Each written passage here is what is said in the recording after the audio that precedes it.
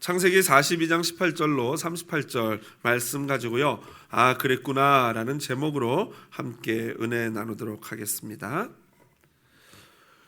우리들의 주인공인 좌포청 종사관 황보유는 다친 채옥의 이 어깨를 물로 씻어주며 애끓는 심정을 절제하면서 이렇게 물어봅니다.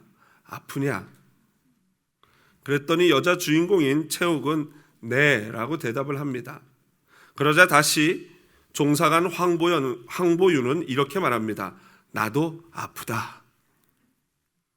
그리고 이렇게 말합니다. 날 아프게 하지 마라. 웃으시는 분들은 아마 2003년도 모 방송국에서 인기리에 방송되었던 다모라는 이 조선 여형사 다모라는 1회 이 드라마를 보신 분이라 생각을 합니다. 저는 사실 이 드라마를 보지는 않았지만 하도 유명해가지고 이 장면을 어제 또 클립으로 이렇게 찾아서 봤습니다. 그랬더니 오글거리더라고요. 아프냐? 나도 아프다.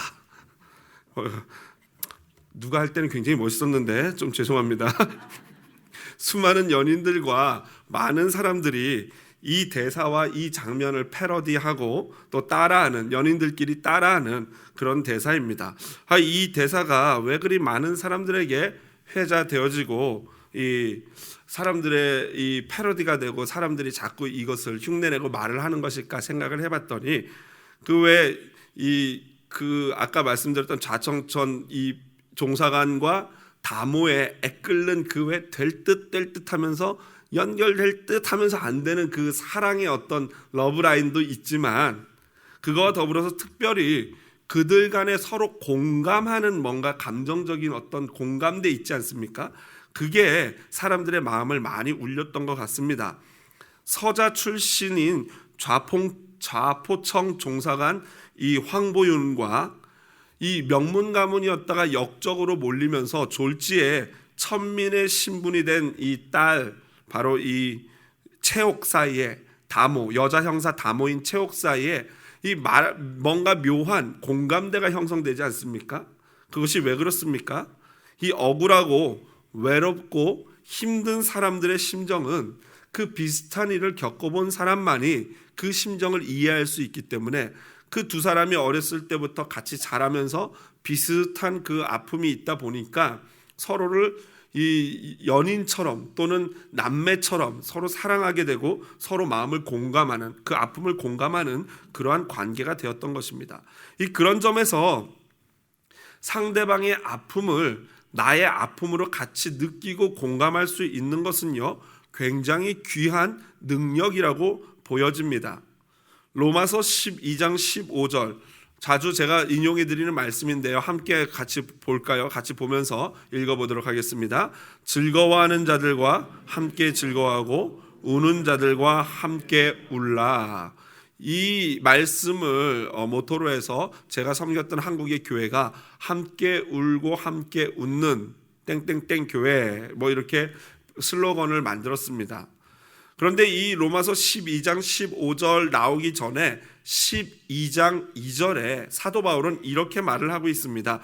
이 세대를 본받지 말고 라고 운을 뗍니다. 그러니까 이 세대를 본받지 말고 너희는 함께 즐거워하고 함께 울라라는 결론적인 이야기를 하고 있는 것입니다. 왜 그렇습니까? 이 세대의 특징이 무감각하고 불공감하고 남의 아픔을 이해해 주지 않는, 나에게만 관심이 있는 세대인 것을 이미 간파했기 때문입니다. 아마 예수님이 오신 그때부터 지금 종말이 오기 전까지 이 마지막 세대는 그러한 세대인 것 같습니다. 그래서 예수님도요, 이 세대를 무엇에 비유할꼬라고 한탄하시면서 이런 말씀을 마태복음 11장 17절에 하셨습니다. 이르되 우리가 너희를 향하여 피리를 불어도 너희가 춤추지 않고 우리가 슬피 울어도 너희가 가슴을 치지 아니었다 함과 같도다. 무슨 말입니까? 즐거워해도 즐거워하지도 않고 울어도 같이 울어주지 않는, 공감하지 않고 같이 함께 해주지 않는, 특히 죄가 죄인 줄 모르고 타인의 아픔은 아랑곳하지도 않는 그런 오직 자신만 자신의 삶에만 초점이 맞춰져 있는 세대의 특징을 꼬집어 말씀하신 것입니다. 오늘 본문에서도요, 온통 자신의 어려움과 자신의 고통에 초점을 맞추고 살아왔던 11명의 형제를 만날 수가 있습니다. 비록 같은 아버지 밑에서 태어났지만 각자 어머니가 다른 이유로 겪게 되는 어려움은 이 서로가 이해할 수 없었고, 그 고통으로 말미암아 자신의 어려움에만 관심을 갖게 됐고, 나머지 배다른 형제의 어려움과 고통에는 전혀 관심을 두지 않았던 형제들입니다. 하지만 하나님께서는 20년이라는 고난의 시간을 통해서 이들 모두를 변화시키셨고 또한 변화시키고 계십니다. 하나님께서는 고난이라는 축복을 통해서 어떻게 요셉을 그리고 그의 형들을 변화시켰는지 오늘 본문을 통해서 한번 살펴보기를 원합니다. 요셉은요, 형들을 가둔 지 3일 만에 형들을 다시 풀어줍니다. 그러면서 본인은 하나님을 경외하는 사람이다 라고 이야기를 해요. 그것은 무슨 의미입니까? 나는 하나님을 경외하는 사람이다. 이것은 내 약속은 믿어도 좋습니다 라는 거예요. 나는 하나님을 두려워하기 때문에 당신들과 한 약속은 나는 반드시 지킬 것이다, 이런 의미입니다. 그러면서 형들에게 당신들이 해야 할 일을 알려주겠다고 합니다. 그것은 10명의 형들이 다 잡혀 있는 게 아니라 그 중에 1명만 붙잡혀 있고 나머지 9명은 곡식을 가지고 고향에서 기다리고 있는 아버지와 자식들을 가서 먹여서 그 고난에서 구원을 주게 하라는 것입니다. 그리고 다시 돌아올 때 막내 동생인 베냐민을 데리고 오면은 그 잡혀있던 그 형제가 누군지 몰라도 그 형제가 또 풀려날 것이고, 그리고 너희들이 당신들이 진실한 사람이라는 것을 내가 인정하고 정탐꾼의 이 누명을 벗겨주겠다라는 것입니다. 이제 형들에게는 선택의 여지가 없습니다. 이 요셉과 애굽의 총리와 딜할 수 있는 아무것도 없습니다. 그래서 20절에 보니까 뭐라고 고백합니까? 그들이 그대로 행하였다라고 20절 마지막 부분에 보면은 그들이 그대로 하니라 라고 기록되어 있습니다. 그리고 나서 이제서야 그 형들은요, 이 9명의 형들은, 이 10명의 형들은 요셉의 심정을 이해하게 됩니다. 21절입니다. 우리 같이 한번 다 같이 한 목소리로 21절 읽어보도록 하겠습니다. 그들이 서로 말하되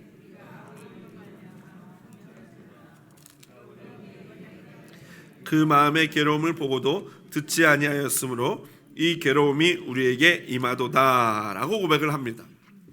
드디어 역지사지 이심전심의 마음을, 상대방의 아픔을, 고통을 알고 이해할 수 있게 된 것입니다. 사실 우리 한글 성경에는 번역되지 않았지만요, 원어 성경에는요, 히브리어로 된 원어 성경에는 21절 그들이 서로 말하되 다음에 이러한 히브리어가 있습니다. 아발이라는 단어요. 그것은 무슨 의미냐면요, 아 그랬구나 라는 거예요. 아 그렇구나, 아 그랬구나. 이제서야 형들이 누명을 쓰고 애굽의 총리에게 이 프레셔를 받으면서, 그 압박을 받으면서 그제서야 그 억울한 심정을 알게 되고, 그래서 거기서 아 그랬구나 하면서 요셉을 이해하고 요셉의 아픔을 알게 된 것입니다. 여러분, 사람은요, 누구든지 자기가 그 상황에 들어갈 때 비로소 그 다른 어떤 사람의 고통을 이해하게 되는 것입니다. 그 사람의 상황을 알게 되면은 그 사람을 이해할 수 있는 거예요. 여러분, 우리 한번 여기 성경을 읽는 셈으로 치고 이렇게 해볼까요? 제가 그들이 서로 말하되 라고 하면 여러분이 아 그랬구나 하고 외치는 거예요. 해보겠습니다. 그들이 서로 말하되 이건 아니죠. 거기서 아 그랬구나, 아 그랬구나 이렇게 교과서 읽듯이 하면 안 되고 어떻게 됩니까? 약간 이거 미간을 찌푸리셔야 돼요. 막 울상을 지면서 아 그랬구나 이래야 됩니다. 다시 한번 해보겠습니다. 그들이 서로 말하되 그렇습니다. 옆에 분을 보면서 한마디 해주시죠. 아 그랬군요, 그러셨군요. 이제서야 두렵고 억울하고 괴로웠던 요셉의 입장을 이제서야 형들이 온전히 이해하게 된 것입니다. 형들이 이제 변화되었습니다. 변화된 형들의 모습은요, 두 가지로 알 수 있는데요. 첫 번째로는 자신들의 죄를, 자신들이 죄인임을 깨닫고 인정하는 것입니다. 21절 보니까 그들이 서로 말하되 누구 한 명도 빠지지 않고 10명의 모든 형들이 서로 말했어요. 이구동성으로 이 요셉을 팔아버린 곳, 요셉을 팔아 넘겼던 곳이 바로 애굽으로 가는 상인들한테 팔아 넘겼으니 자기들이 동생을 팔아 넘긴 그 나라에 와서야, 그리고 그 나라의 총리 앞에 와서야 비로소 자신들이 죄인임을, 죄가 있음을 인정하고 있는 겁니다. 그런데 그 애굽의 총리가 자신들이 팔아버린 요셉이라는 것, 자신들의 이 말을 알아듣고 있다는 사실을 전혀 꿈에도 생각하지 못하고 그 앞에서 형들은 자신들의 입을 벌려서 회개하고 있는 것입니다. 뭐라고 말합니까? 우리가 아우의 일로 말미암아 범죄하였도다. 자신들이 죄를 지었다는 거예요. 죄인이라는 거예요. 22절에 르우벤은 이렇게 말합니다. 22절의 중간에 보면요, 그 아이에 대하여 죄를 짓지 말라고 하지 아니하였더냐. 여러분, 이 형들의 이 21절과 22절의 이 외침에 히브리 말로 자기들끼리 막 그랬구나 이러면서 막 얘기하는 이 장면을 통해서 형들의 여러분 어떤 심정이 읽혀집니까? 비록 한순간 미움으로 말미암아 동생을 팔아 넘겼습니다. 그리고 그렇게 된 것이 자신들의 잘못이 아니라 요셉 자신의 잘못이라고, 요셉이 자업자득, 요셉이 스스로 그렇게 되도록 일을 만들었다라고 이 마음에 타협을 하면서 시간을 보내왔습니다. 그러나 지난 20년 동안 지금 형들의 모습을 보니까 지난 20년 동안 한순간도 그 형들의 머릿속에서 그 구덩이에서 살려달라고 외치던 요셉의 목소리가 떠나지 않았던 것입니다. 마지막에 결박당한 채로 애굽으로 가는 상인들에게 팔려가면서 뒤돌아보며 눈물로 형들 살려달라고, 잘못했다고, 다시는 안 그러겠다고 외치던 요셉의 모습이 단 한순간도 그 형들의 머릿속에서 떠나가지 않았었던 것입니다. 여러분, 이것이 바로 죄의 결과요, 죄의 열매입니다. 특별하게 하나님이 죄를 지은 사람을 특별하게 취급해서 벌하시지 않습니다. 내버려 두십니다. 그런데 자신들이 그 뿌린 죄의 씨앗이 자라나서 열매를 맺어서 그 열매를 먹는데 그 열매가 어떻습니까? 쓴 것입니다. 아무도 이들에게 야단치지 않고 죄를 묻지 않았지만 죄를 지은 그 형들은 20년 동안 자신들의 이 심장에 있는 양심 때문에 죄책감을 느끼며 두 다리 못 뻗고 단 한순간도 머릿속에서 요셉을 지워내지 못한 채 살아가고 있었던 것입니다.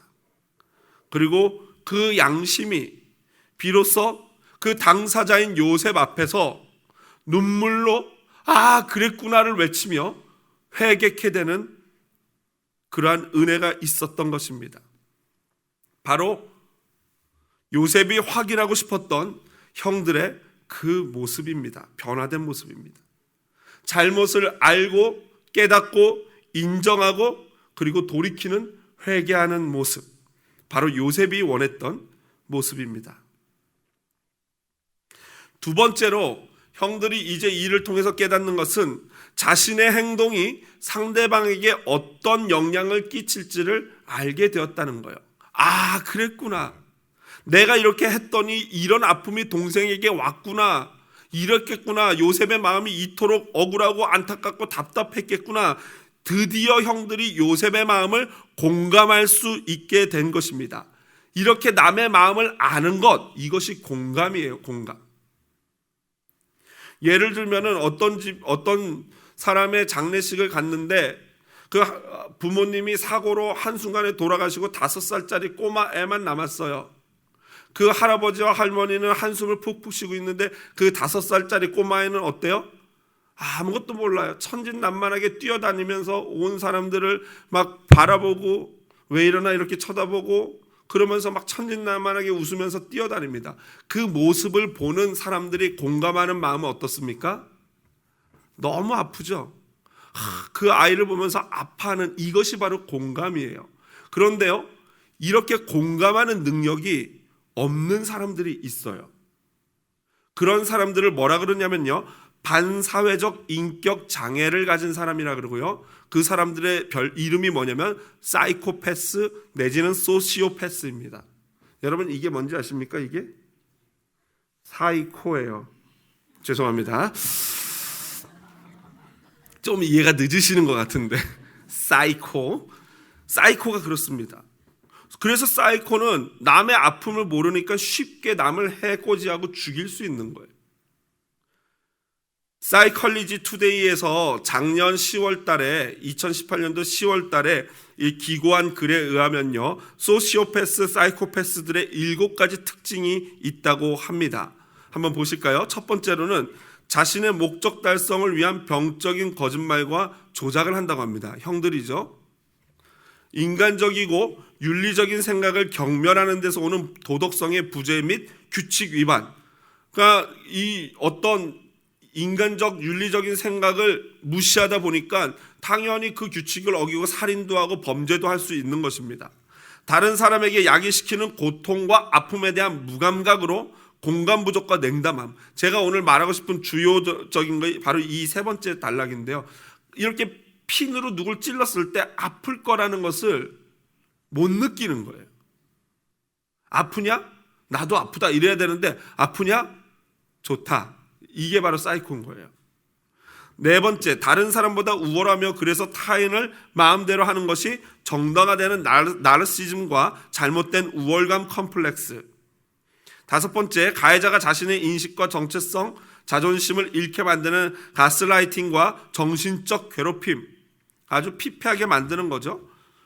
그 다음 여섯 번째, 뉘우침의 결여와 반성과 회개가 없어요. 자신의 이익을 위해 스스로를 희생자로 비치게 만드는 피해자와 오히려 자기가 피해자다라는 코스프레를 해요. 마지막으로 일곱 번째, 일부 사람들은 온전한 인간으로 보고 그 외 사람들은 물건, 상품으로 여기는 상황적 소시오패스, 사이코패스. 그러니까 어떤 자기들과 맞는 사람만 사람이고 나머지 것들은 다 물건이다 이렇게 생각하는 거예요. 그런데 형들은 여기에 해당하는 약간 몇 가지 항목들이 보이지만 그러나 그들에게는 양심이 살아 있었어요. 그리고 지난 20년의 시간을 통해서 그리고 또 애굽의 총리가 너무나도 억울하게 자신들을 몰아붙이다 보니까 이 억울한 시간을 통해서 드디어 요셉의 심정을 이해하게 되고요. 그리고 회개하게 된 것입니다. 형들은 그동안 그렇게 생각했죠. 아, 나만 상처받고 나만 억울한 삶을 살았다.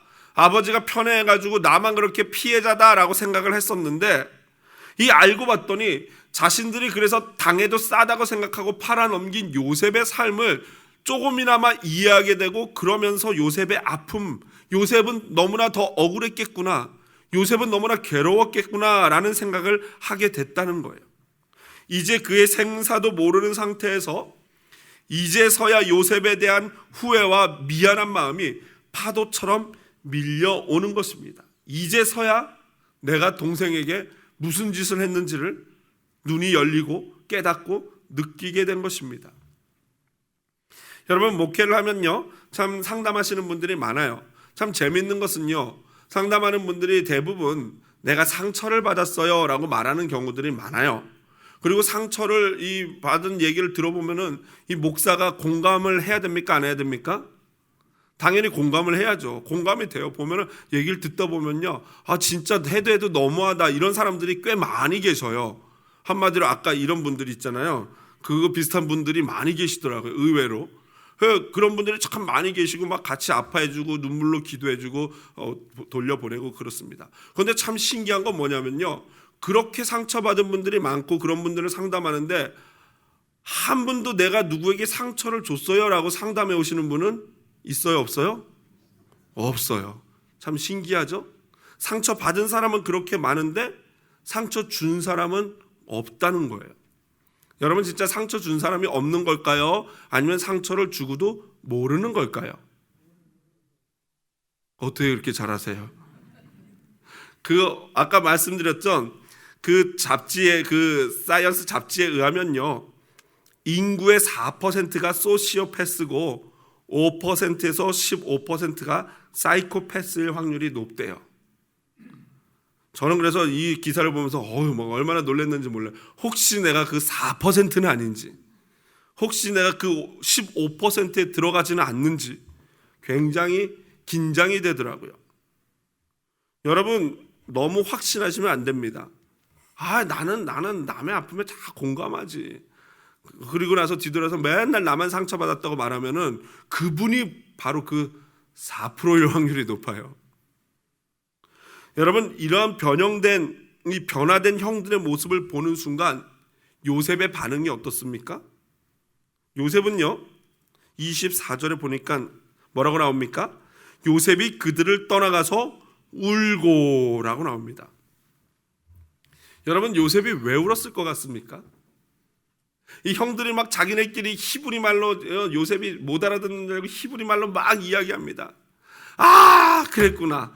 아발 하면서 막 막 안타까워하면서 내가 요셉의 마음을 아프게 했구나. 내가 그 나쁜 놈이었구나. 막 이렇게 얘기하고 르우벤은 거봐라. 내가 너희들 보고 그러지 말라 그랬잖아. 우리가 이제 그 괴로움을 주니까 그 괴로움을 받는 거 아니냐 하면서 막 이제 서로 막 아우성이고 막 그냥 회개를 하는 마음으로 우리가 잘못했다. 막 우리가 핏값을 치르는 거다라고 얘기를 하고 있습니다.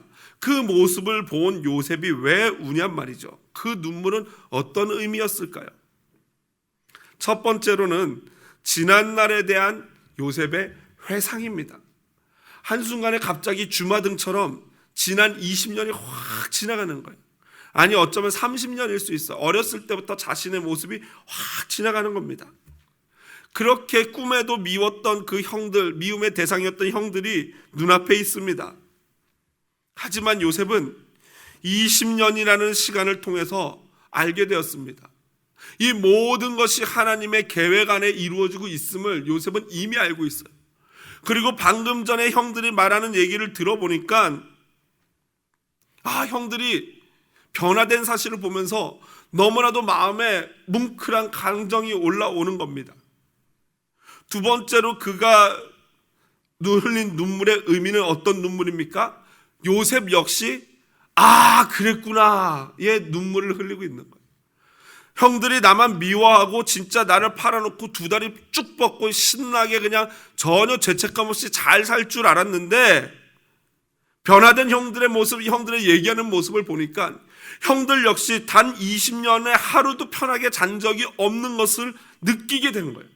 그러면서 요셉이 그랬구나라고 요셉 역시 소리치고 있는 것입니다. 그동안 모든 형제의 첫째인 맏형 르우벤이 자신을 팔아넘기는 첫 번째 주범인 줄 알고 있었어요. 그런데 22절에 르우벤 형이 하는 얘기를 들어보니까 내가 너희에게 그 아이에 대해 죄를 짓지 말라고 하지 아니하더냐? 그러나 너희가 듣지 아니했다. 그러므로 그의 핏값을 우리가 지금 치르게 되는 거다 라고 얘기하는 첫 형의 울부짖는 소리를 들으니까 그동안 내가 르우벤 형을 오해하고 있었던 거예요. 그랬구나. 형이 그런 게 아니었구나. 역시 형은 그런 게 아니었구나. 또한 나머지 형들의 고백을 들어보니까 형들의 입장이 너무나도 이해가 돼요. 지난 20년 동안 곰곰이 생각해 보니까 자신을 돌아보니까 그 형들의 입장이 너무나도 이해가 되는 거예요. 왜요? 자기는 첫 번째 부인도 아닌 두 번째 부인인 라헬, 첫 번째가 레아 아닙니까? 두 번째 부인인 라헬에게 태어난 아들인데 오히려 자기가 어떤 편애를 받으면 편애를 받아야 되는데 오히려 아버지 야곱이 우리 어머니를 사랑하는 것 때문에 나만 사랑하고 나만 채색 옷을 지어 입혔다 보니까 그리고 자신은 그것도 모르고 어린 나이에 철없이 행동하다 보니까 형들의 마음이 어때요? 그랬겠구나. 형들의 마음이 그랬겠구나. 너무 속상했겠구나. 자신들은 같은 아들임에도 불구하고 우리 엄마를 아빠가 사랑하지 않는 것 때문에 편애를 하며 그 동생은 잘난 척하는 걸 볼 때 얼마나 형들의 마음이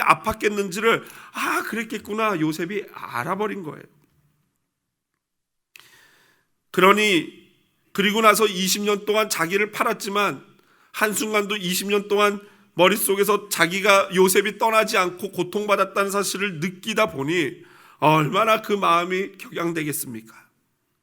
이 모든 것들이 맞물려 요셉은 지금 당장 응석바지 막내의 감정으로 돌아갑니다.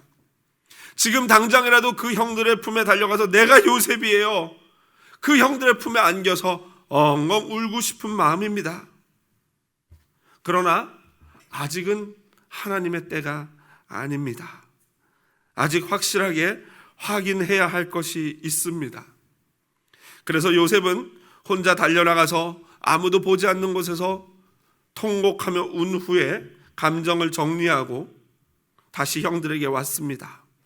그리고 형들의 자루에 곡식을 채우라 그럽니다. 왜냐하면 돌아가서 아버지를 드려야 되지 않겠습니까? 자기 조카들을 줘야 되지 않겠습니까? 그리고 형들이 지불한 돈도 자루 속에 넣어서 돌려주라고 합니다. 물론 형들은 전혀 모르는 사실입니다. 특이한 것은요, 한 사람 남아서 감옥에 갇혀야 될 사람이 있는데 그게 누굽니까? 바로 시므온입니다. 24절 중간에 보니까요, 그들과 말하다가 그들 중에서 시므온을 끌어내어 그들의 눈앞에서 결박하고. 왜 시므온이었을까요? 원래는 맞이인 르우벤이 잡혀야 하는 게 맞는데 이제 봤더니 르우벤이 자신을 판 주범이 아닌 걸 알게 됐어요. 그리고 또 맞이이기 때문에 나머지 형들을 데리고 또 가야 되지 않겠습니까? 그러다 보니 당연히 그 다음 순서인 누구입니까? 바로 시므온이 그 다음 순서로 잡히게 된 것이라고 월트케라는 학자는 보고 있습니다. 일리가 있고 맞다고 저도 생각을 합니다. 그러나 또 한 가지 이유가 있습니다. 그것은 바로 이 매튜라는 학자도 그렇게 이야기를 하는데 저도 동의하고요. 아마도 이 시므온이 요셉을 파는데 가장 앞장섰던 형이 아닐까 생각을 합니다. 왜 그럴까요? 성경 보면요, 창세기 34장 25절 한번 볼까요? 다 같이 읽어보겠습니다. 제3일에 아직 그들이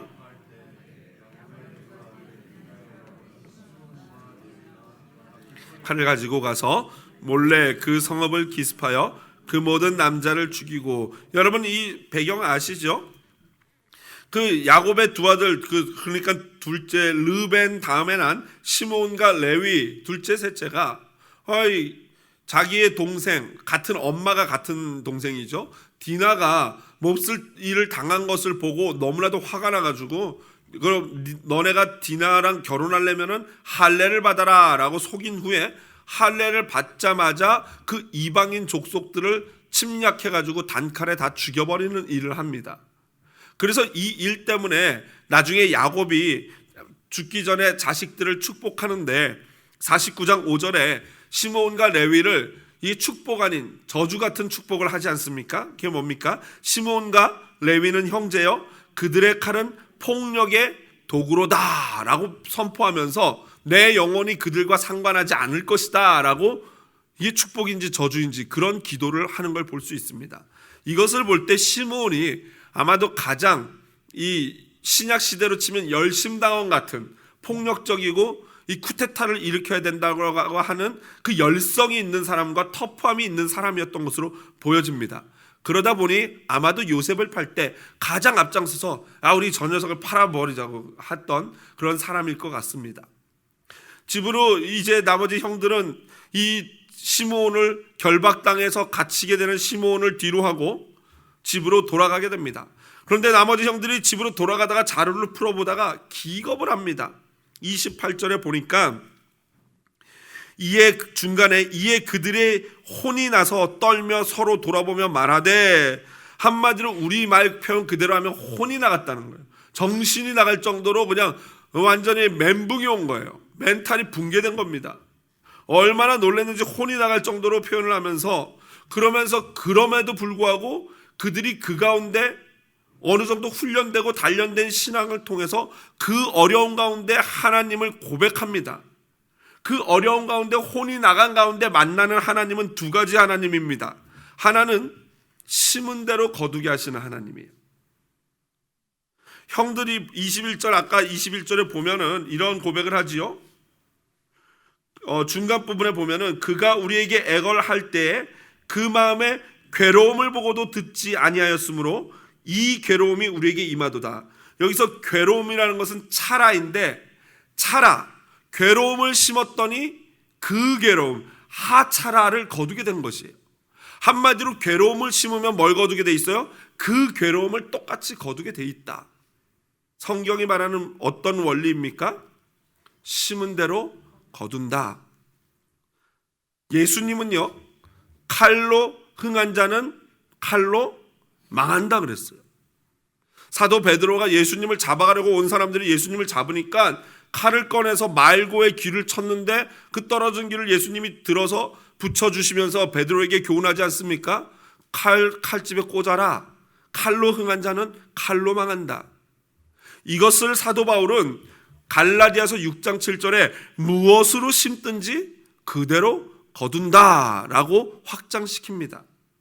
사람이 무엇으로 심든지 그대로 거두게 하시는 것, 이것이 하나님의 이 자연세계의 법칙입니다.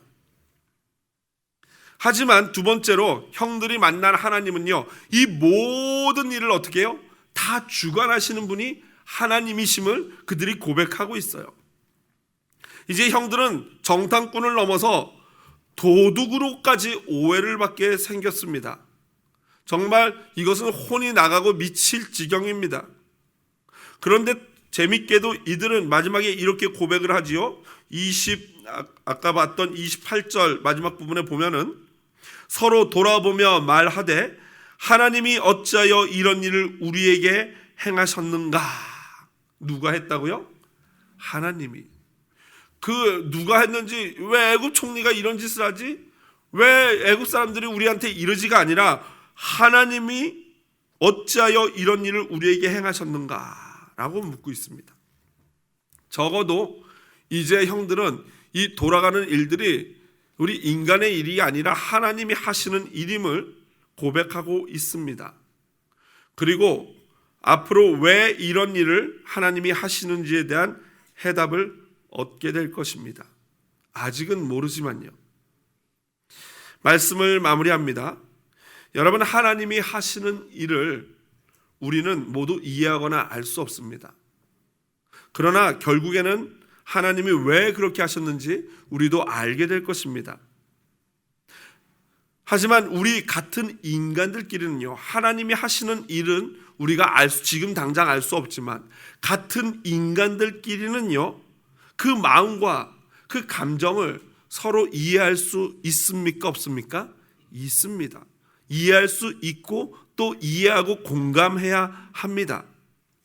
내가 아프면 남도 어떻습니까? 아픈 것이에요. 내가 힘들면 남도 힘든 것입니다. 내가 하기 싫은 일은요, 남도 하기 싫을 것이 거의 분명합니다. 그러므로 이제 우리는요, 내가 받은 상처, 내가 받은 고통에만 집중할 것이 아닙니다. 주변 사람들의 아픔에도 관심을 가지고 어떤 아픔이 있는지, 고통이 있는지를 살펴보아야 합니다.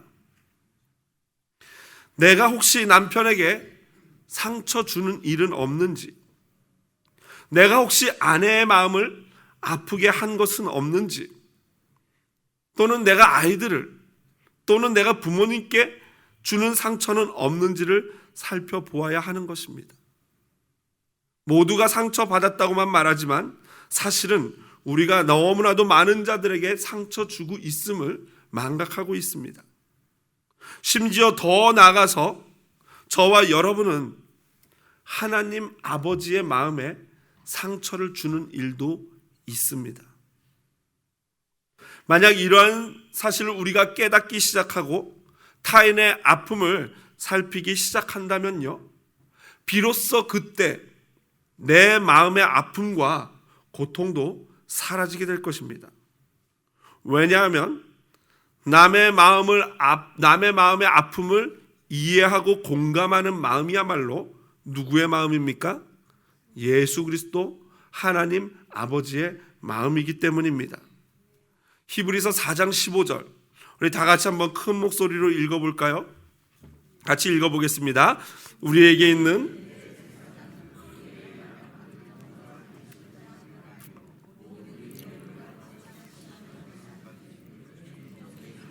우리에게는 대제사장이 계신데 바로 예수 그리스도십니다.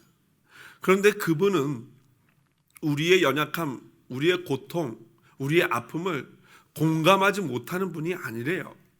왜냐하면 그분은 우리와 똑같이 시험을 받았대요. 그건 무슨 말입니까? 육신을 입고 인간이 되셔서 인간이 받는 모든 고난을 몸소 친히 겪으셨다는 것입니다. 심지어 뺨을 맞고 피조물에게 침뱉음을 당하며 머리에 가시관을 쓰고 십자가에 손과 발이 못 박혀 죽기까지 고통을 당하신 분입니다. 그분이야말로 우리의 연약함을 동정하시고 우리의 아픈 마음을 공감하실 수 있는 분인 줄로 믿습니다. 우리의 아픔을 공감하는 아버지가 계십니다. 우리의 아픔을 이해하는 예수님이 계십니다. 우리는 행복한 사람입니다. 그래서 남의 아픔도 이해하고 공감하며 도울 수 있는 것입니다. 힘내십시오. 모두가 그랬구나. 당신의 마음이 그렇게 아팠구나. 공감할 수 있는 능력을 갖기를, 이미 그 능력을 예수 그리스도께서 우리에게 주셨음을 깨닫고 하나님의 아름다운 치유자로 쓰임받는 저와 여러분 되기를 주님의 이름으로 축복드립니다.